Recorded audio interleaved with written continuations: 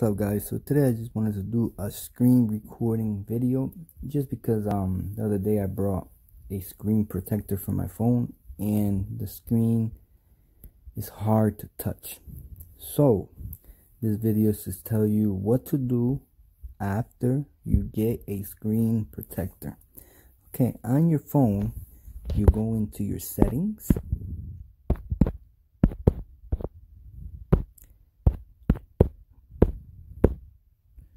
Go into your settings. After you get into your settings, you go into display.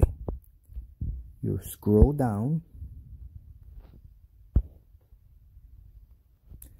and as you see where it say touch sensitivity, you'll turn that on. So basically this will turn up the sensitivity of the screen for use with screen protector. So that will make your screen works a lot better when you got a screen protector. Well, I just wanted to share that. Like and subscribe, and thanks for watching.